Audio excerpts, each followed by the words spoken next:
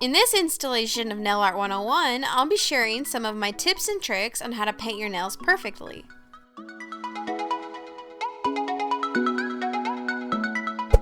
Always start off with clean, groomed nails. Make sure your cuticles are pushed back and your nail plate is free of any debris or oil. If you'd like to know how I do that, click the info card here and check out my nail care routine video.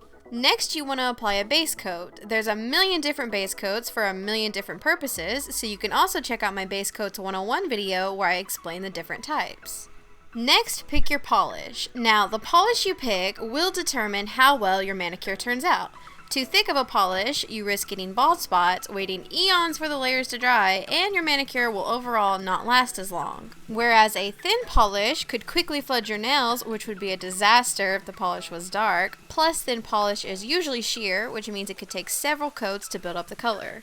So now that you have your polish, you can begin painting. I usually dip my brush into the polish and remove the product from one side.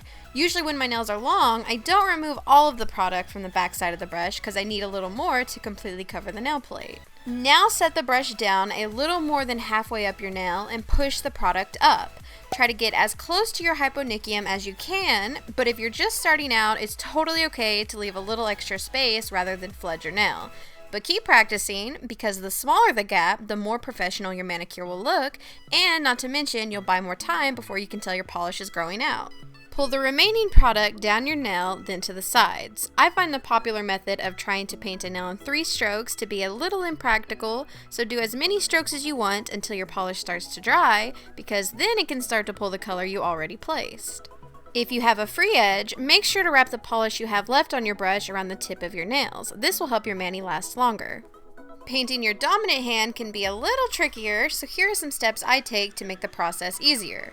First off, lay your hand on a flat surface. Next, make sure you have the appropriate amount of product on your brush and move your hand instead of the brush to get into the sides. Also, keep a toothpick or orange stick on hand to quickly clean up any areas that flooded. And to cap the free edge, I like to turn my hand towards me to see it better. Now you can apply a second coat if you need it, but make sure you're letting the layers dry in between. I find they don't necessarily have to be completely dry, but the drier the better. And you might have also noticed that I leave one thumbnail bare until the very end to wipe off any flooded polish on my non-dominant hand. And I've said it 1,000 times, but what really transforms a manicure is a little cuticle cleanup. I use an angled brush dipped in nail polish remover to go around the gap I left between my polish and my skin to clean up the shape just a little. Now all that's left is to apply a fast drying top coat to smooth out the finish and protect your color. If you found this video helpful, let me know by leaving me a thumbs up and comment down below what Nail Art 101 video you'd like to see next.